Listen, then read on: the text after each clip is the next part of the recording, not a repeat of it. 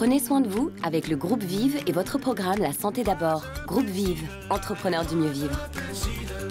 Bonjour à tous, soyez les bienvenus sur le plateau de La Santé d'abord, l'émission qui préfère prévenir plutôt que guérir.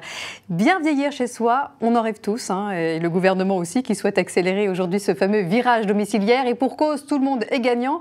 Les personnes âgées ou en fragilité qui souhaitent rester chez elles et les finances publiques, car une prise en charge en EHPAD ou à l'hôpital, ça coûte très cher. Quelle solution pour bien vieillir à domicile? On en parle aujourd'hui sur le plateau de La Santé d'abord.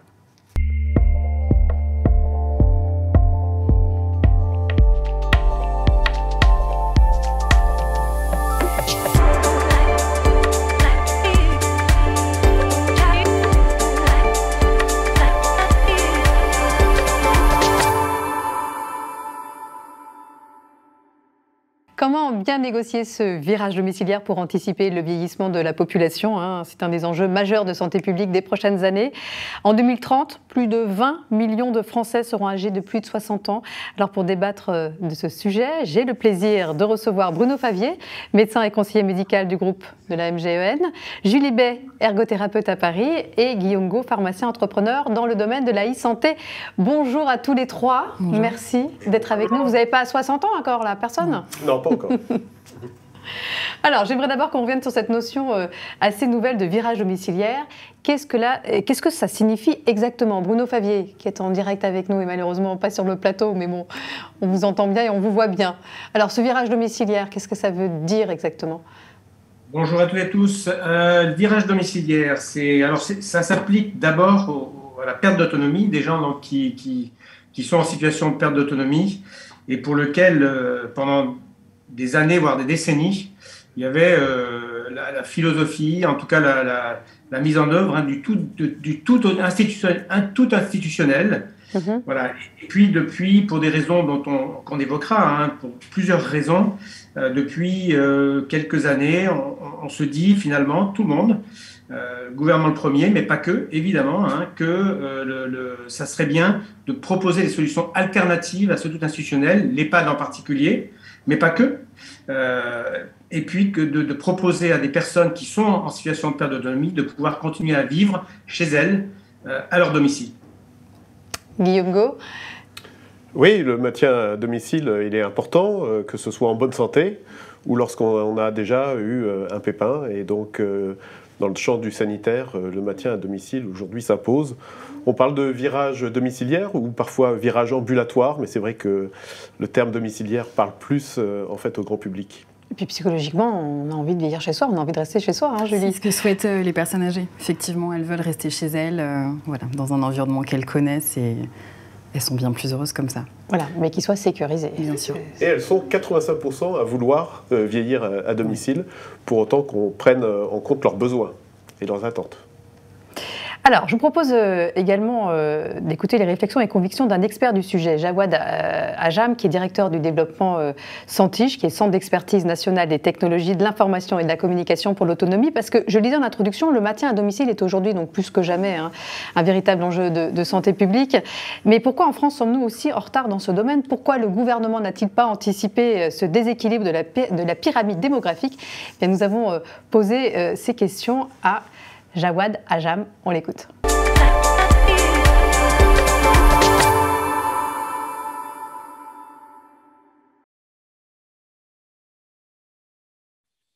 Alors, en quoi le virage domiciliaire devient un enjeu de santé publique? Ça fait plusieurs années qu'on nous rappelle les sondages et la volonté forte des Français. 9 Français sur 10, 9,5 Français sur 10 qui veulent vivre et vieillir chez eux. Et le domicile est le lieu qui permet d'accompagner ce vieillissement actif et le plus en bonne santé possible. C'est un enjeu de santé publique sur un plan économique, effectivement, parce qu'on ne peut pas éternellement construire des résidences, des EHPAD, les adapter, mais c'est aussi un enjeu de santé publique en termes de qualité de vie, en termes d'humanité, parce qu'on a envie de vivre et de vieillir heureux.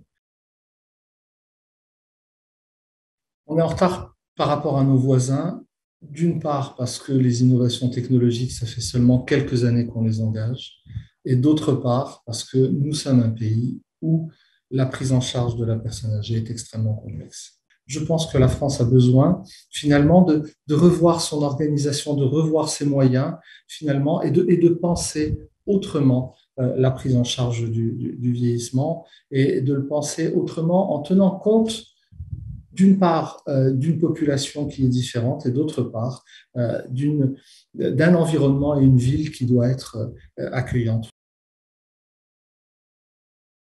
Est-ce que les appareils dits connectés règlent tous les problèmes du maintien à domicile? Non.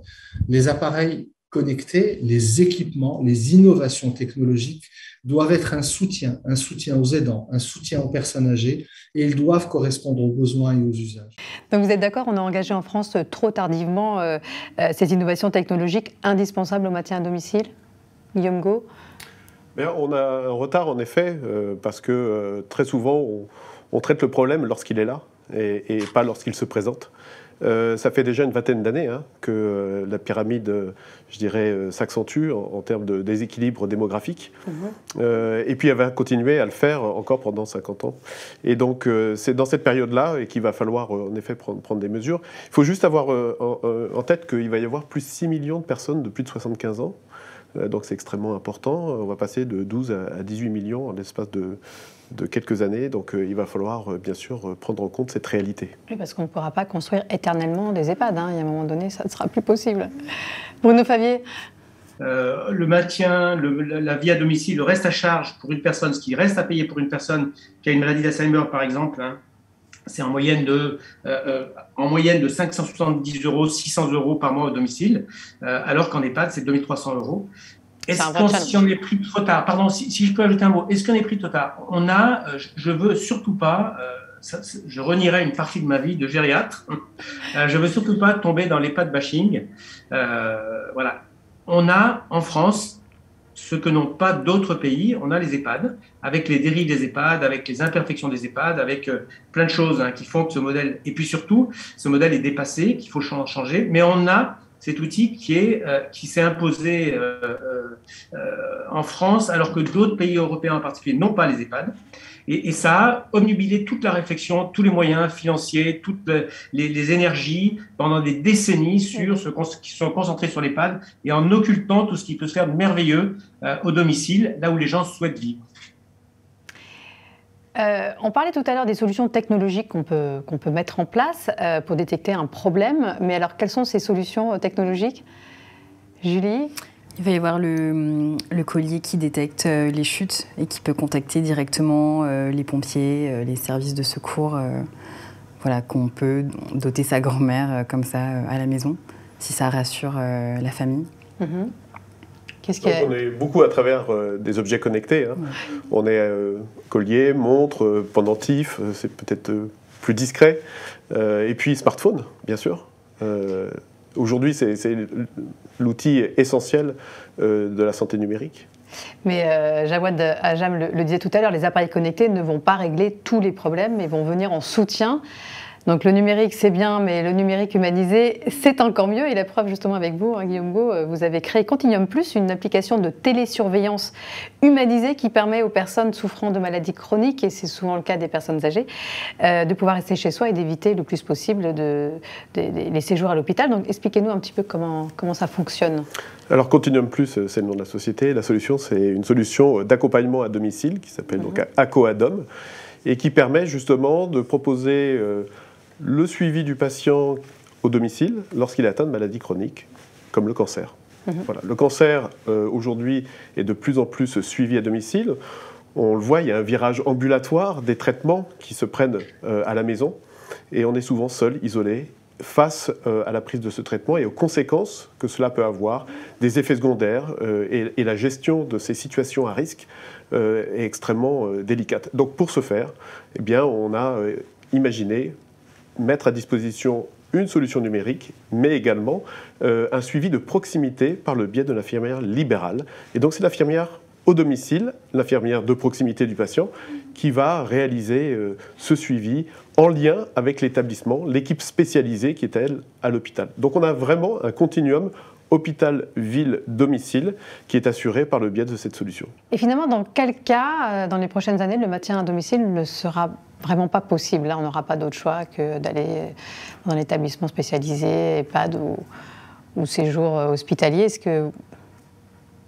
Alors, on essaie de rester positif, mais non. Mais tout pourrait être possible. Non, pas tout. Bien sûr, en soins critiques, cela n'est pas possible. Bien sûr. Les soins tertiaires qui sont dévolus à l'hôpital, donc ça c'est extrêmement important.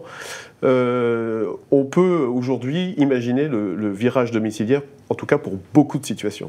On parlait d'Alzheimer tout à l'heure, donc on pourrait être atteint d'Alzheimer et pouvoir vieillir chez soi. Grâce à la technologie, grâce à la surveillance, ça vous paraît quelque chose de réalisable? La réponse est oui, sous réserve effectivement qu'il y ait une capacité d'organiser un réseau humain. Bien sûr. Mais oui, bien sûr, y compris dans des cas sévères, même si effectivement on peut imaginer que demain l'institution elle servira toujours, ne serait-ce que de manière temporaire. Mais oui, bien sûr, on peut imaginer voilà, il y a des situations plus douloureuses récemment pour lesquelles il est difficile parfois, pour des raisons purement psychologiques, d'imaginer la vie au domicile, en perte d'autonomie. Je parle par exemple de la fin de vie, c'est une situation compliquée. Je parle effectivement de stades terminaux de cancer, mais techniquement, humainement, et si les personnes en expriment le souhait, oui. Alors, bon, je pense qu'on l'a compris, bientôt on n'aura pas d'autre choix que le maintien à domicile, vu le vieillissement de la population et ce déséquilibre de la pyramide démographique. Mais encore faut-il que le logement, on le disait tout à l'heure, soit adapté à la personne en situation de dépendance, d'où l'importance de savoir repérer de façon très précoce les premiers signes de perte d'autonomie. Alors, quels sont ces signes sur lesquels il faut être vraiment vigilant pour pouvoir bien adapter cet environnement? Bruno Favier. Alors là on a donc un exemple d'une grille qui s'appelle la grille Agir, qui permet, sur un certain nombre d'items discriminatifs ou illustratifs, de déterminer l'état de perte d'autonomie d'une personne. On évalue la perte d'autonomie de la personne avec une cotation en 6 items. L'item, la GIR 1, ce qu'on appelle le GIR 1, c'est des personnes qui sont très peu autonomes, ou plus du tout autonomes.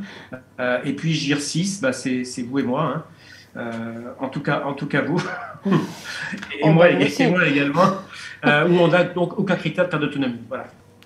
Alors justement, en Terre-Doc, dans l'Hérault, il existe un dispositif spécifique pour détecter les fragilités des personnes âgées. Une infirmière, c'est une profession qui est également en train de se réinventer et qui va être au cœur de ce dispositif de maintien à domicile. Cette infirmière vient évaluer à domicile de la personne son autonomie. Je vous propose de voir comment ça se passe sur le terrain. Regardez.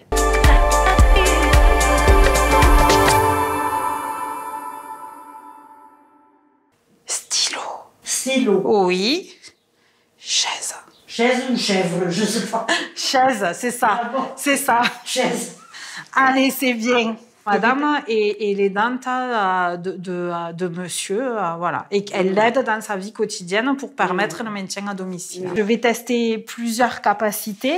La vue, l'audition, la mobilité, la mémoire, l'humeur. Donc pour ça, j'utilise une application. Donc vous allez me voir, je vais vous poser des questions et en même temps, je vais un peu appuyer et jouer avec le téléphone.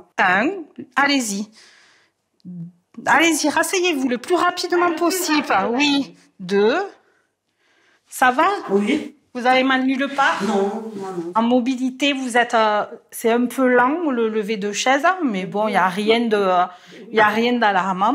Toutes les données qui sont prises par l'intermédiaire de l'application ICOP sont traitées directement par le gérontopole. C'est pour justement confidentialiser les données qui sont transmises par l'intermédiaire de notre infirmière. Je suis pas docteur. Je fais juste une première évaluation et j'alerte le médecin en fonction de ce qui est dépisté. On connaît aussi la désertification médicale et notre réseau de soins infirmiers qui est basé sur le Corday est important pour pouvoir maintenir un lien social aussi avec nos adhérents et l'ensemble des habitants du département. À quel point vous vous sentez bien en fait? Donc 0, je suis triste, 100, je suis très heureux. Oui, je ne peux pas dire ça quand même, mais... Je sais pas. 80. 80. Voilà, on le disait tout à l'heure avec vous, Guillaume, rien ne remplace l'œil humain et surtout pas l'œil expérimenté d'une infirmière pour évaluer notamment les fragilités d'une personne âgée. Oui, les infirmières sont des professionnels de santé de terrain dans les territoires qui vont aujourd'hui auprès des patients. C'est aujourd'hui très souvent les seuls qui poussent la porte du domicile et qui sont capables de voir, de repérer les fragilités. Il faut le regretter, hein, les médecins traitants aujourd'hui sont absorbés par la réactivité de consultation. Donc l'infirmière est une ressource très précieuse. Elles sont 160 000 aujourd'hui sur le territoire. Hein. Il faut savoir qu'il y a 1% de la population qui est infirmier en France. Donc ce maillage est extrêmement important. Il va le devenir de plus en plus. Hein, oui, mais il est fragile. Et il faut faire attention parce que... Pourquoi il est fragile? Parce qu'être infirmier ou infirmière, c'est extrêmement dur. 12 ans de métier, généralement, hein, pour qu'on arrive à tenir sur le terrain, tellement c'est exigeant. Et donc les conditions économiques importent beaucoup, d'où le Ségur de la santé, la revalorisation de ce métier qui est extrêmement important, qui est un des piliers aujourd'hui de notre système de santé en France. Hein. Justement, une fois ces fragilités détectées, on peut faire appel donc à vous, vous allez repenser et réaménager le domicile de la personne qui souhaite vieillir chez elle en toute sécurité. Alors quels sont les pièges dans une maison ou dans un appartement auxquels il faut penser et comment y remédier? Oui, tout d'abord on va au domicile de la personne et on fait un point avec elle donc, sur ses capacités, incapacités, les dysfonctionnements. On fait le tour du domicile, on l'interroge sur ses habitudes de vie. Et puis la majorité de nos interventions, la problématique c'est la baignoire. Parce qu'à partir d'un certain âge, il devient très difficile de l'enjamber, voire le risque de chute est très important. Ouais. Donc souvent, voilà, on intervient pour une demande de remplacement de baignoire par une douche, si possible de plein pied, et puis dans laquelle on mettra un siège de douche avec barre d'appui. La problématique aussi souvent, c'est les WC, dont il devient de plus en plus difficile de s'en relever. Donc on va préconiser soit le remplacement de la cuvette par une cuvette plus allongée, soit la mise en place d'un réhausseur avec des barres d'appui de chaque côté de l'assise. Et puis après, dans des conseils, on va conseiller de libérer les espaces de déambulation pour éviter tout risque de chute. Donc ça va être coller les tapis, retirer les fils électriques, pourquoi pas automatiser l'éclairage dans le couloir si la personne se lève la nuit pour aller aux toilettes par exemple. Ouais. Limiter au maximum le risque de chute. On va conseiller aussi dans la cuisine par exemple de tout mettre à hauteur pour limiter l'utilisation du marchepied pour accéder, aller chercher la casserole dans un placard haut placé. Voilà, tout mettre à hauteur. Une chaise, exactement, ce genre de choses. Exactement. Les escaliers, j'imagine que là, on essaie de trouver une solution. Tout à fait. Donc, soit on voit s'il est possible d'aménager une chambre en rez-de-chaussée, mais à condition qu'on ait une salle d'eau au rez-de-chaussée aussi. Soit on va conseiller la mise en place d'un escalier, d'un monte-escalier, pardon. Voilà. Et pour l'habillement, etc., on peut aussi faciliter. Il existe plein d'aides techniques. Quand on perd en motricité fine, en force dans les membres supérieurs, il existe plein d'aides techniques pour enfiler ses bas, fermer les fermetures éclairs. Donc, c'est des manches en fait, pour faciliter l'appréhension, pour fermer les boutons, les fermetures éclairs, etc.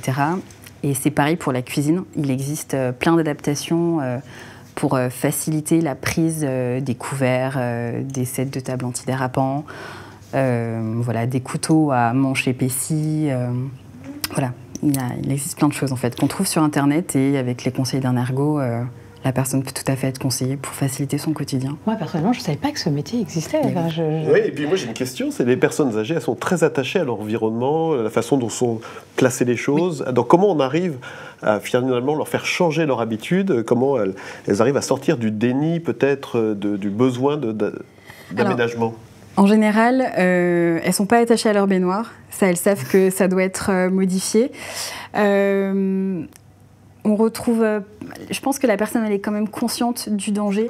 Donc je reçois pas de résistance quand je propose le placement d'une barre d'appui pour le franchissement d'une petite marche.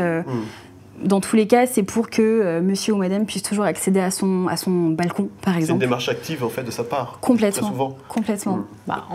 Se dire, moi, je préfère rester chez moi, finalement, je suis prêt à faire quelques concessions que plutôt de vieillir en dehors de chez moi. Souvent, on est appelé par les enfants ou les petits-enfants. Oui. Ouais. Donc, il y a toute la famille qui est là et l'idée, c'est que la personne âgée reste à domicile. Donc, on a des personnes qui sont plutôt réceptives à nos conseils. que les médecins sont suffisamment informés justement de ce moyen de prévention, par l'ergothérapie notamment? Oui, bien sûr, bien sûr. Voilà, Vous savez, en gériatrie, c'est le lien entre la gériatrie et l'ergothérapie, il est intime et ancien, et évidemment un bénéfice incroyable. Mais ce que je veux juste dire, c'est que oui, les médecins connaissent, mais aujourd'hui, la santé, la prévention, c'est plus seulement une affaire de médecins. La capacité de maintenir, c'est vraiment l'affaire des équipes. Et c'est ça, en fait, qui change aujourd'hui, c'est la capacité d'appréhender. Vous avez parlé tout à l'heure, je crois, des pharmaciens, hein, qui sont des professionnels de santé qui aujourd'hui interviennent de manière incroyable, on l'a vu pendant le Covid. Vous avez parlé des infirmières, on a parlé des ergothérapeutes, et c'est ça, c'est la force de l'équipe, finalement, qui va permettre cette vie à domicile. Voilà, avec le soutien du gouvernement, bien sûr, mais alors on en est où, là? On en est où, justement? Quelles sont les avancées les plus marquantes en termes de... Enfin, en tout cas, dans le domaine du maintien à domicile? Je crois qu'on va le savoir dans quelques années, malheureusement, mais heureusement aussi parce qu'il y a des innovations organisationnelles qui sont actuellement financées par l'assurance maladie, par le gouvernement. On appelle ça les expérimentations article 51, il y en a plus de 100 en France. Il y a eu 1000 demandes qui ont été réalisées. Et l'article 51, c'est tester une innovation organisationnelle, une innovation numérique, technologique, voire une innovation financière, avec des forfaits qui sont aux patients, pluriprofessionnels, et qui permettent de rémunérer sur un épisode de soins l'ensemble des différents acteurs. Donc nous bénéficions par exemple de ce type de dispositif pendant 3 ans. Donc on est à la fin de la première année. Voilà, et ça s'appelle Acoadom Picto, et ça permet de tester le suivi par l'infirmière au domicile ou le suivi par le pharmacien d'officine. Donc vous voyez, ces 2 acteurs de proximité, toujours en lien avec le médecin traitant, parce que nous ne l'oublions pas, c'est une affaire d'équipe de soins primaires en ville, et qui doit être en lien avec l'établissement, encore une fois. Donc oui, il y a des financements, et je pense qu'on verra cela traduire dans ce qu'on appelle le droit commun, c'est-à-dire le remboursement par la sécurité sociale de ce type d'innovation dans quelques années. D'accord, donc il y a beaucoup d'expérimentations en cours. Maintenant, comment ça va être financé? Est-ce que ça va être financé? Alors, le mode de financement, de toute façon, ça reste toujours l'assurance maladie, bien sûr, en grande partie. Et puis après, éventuellement, il y a le rôle des mutuelles.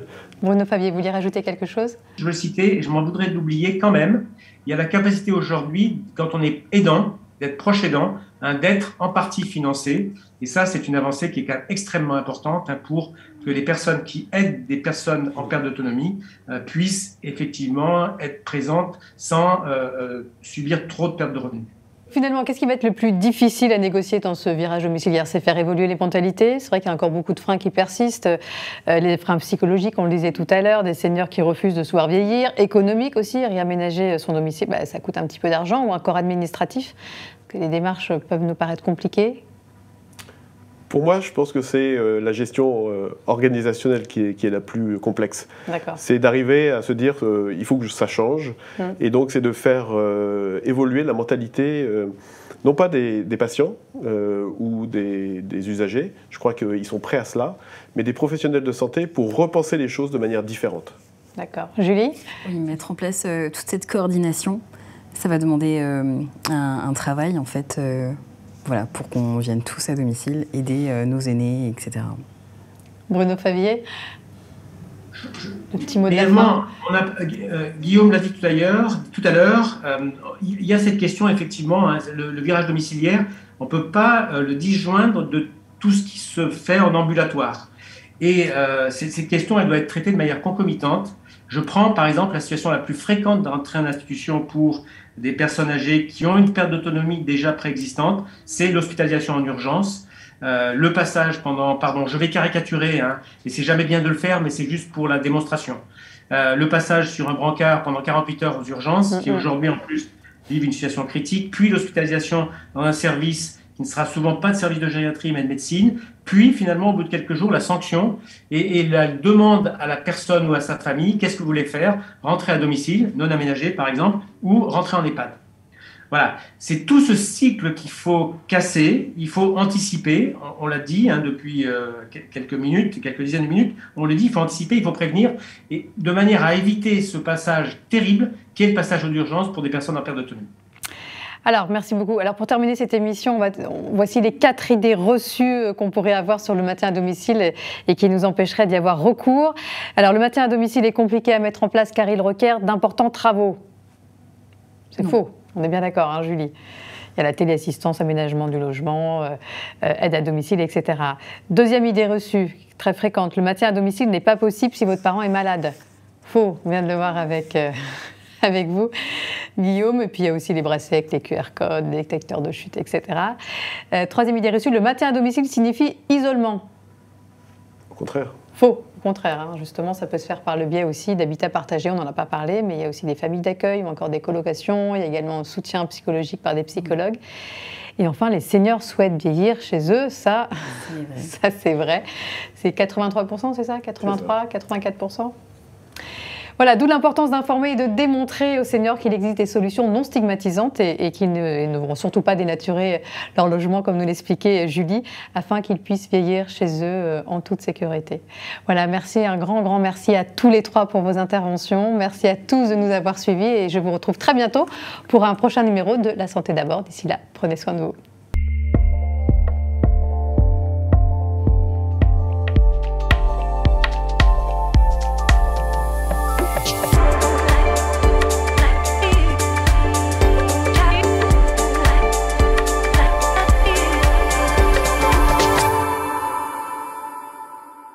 Le groupe Vive vous a présenté La Santé d'abord, le programme qui prend soin de vous. Groupe Vive, entrepreneurs du mieux vivre.